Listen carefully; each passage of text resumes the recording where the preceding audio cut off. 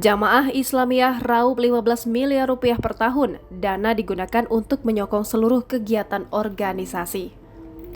Tim Datasemen Khusus 88 Anti Teror Polri terus menyelidiki sumber pendanaan dari kelompok jaringan terorisme Jamaah Islamiyah yang diketahui bersumber dari dua organisasi.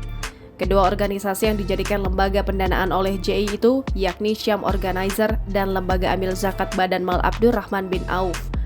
Kepala Bagian Bantuan Operasi Densus 88, Kombes Pol Aswin Siregar mengatakan, dari hasil pemeriksaan terhadap para tersangka yang sudah ditangkap, diketahui bahwa lembaga pendanaan Syam Organizer alias Syam Abadi itu berhasil menggalang dana dari kegiatan fundraising hingga 15 miliar rupiah per tahun.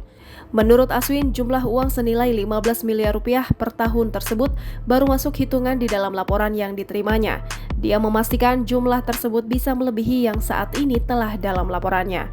Seluruh dana dari yang digalang dari fundraising itu yang kemudian digunakan untuk menyokong segala kegiatan Jamaah Islamiyah. Aswin menyebut seluruh kegiatan atau aktivitas teroris hanya terlaksana jika ada pihak yang terlibat sebagai donatur. Bahkan, Aswin mengibaratkan pendanaan tersebut merupakan napas dan darahnya kelompok teroris. Hal ini menurutnya yang harus dihentikan. Tak hanya di Indonesia, penerapan pendanaan juga dijadikan faktor utama keberlangsungan organisasi terorisme di negara lain. Bahkan, kata Aswin, untuk bisa mendapatkan sumber dana itu beberapa kelompok terorisme melakukan berbagai usaha. Aktivitas teroris tidak akan eksis apabila tidak ada pendanaan terhadap kelompok tersebut.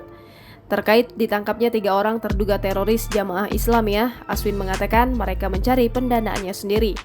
Menurut Aswin, kelompok teroris Jamaah Islamiyah memiliki upaya sendiri dalam mencari pendanaan melalui sejumlah organisasi binaannya.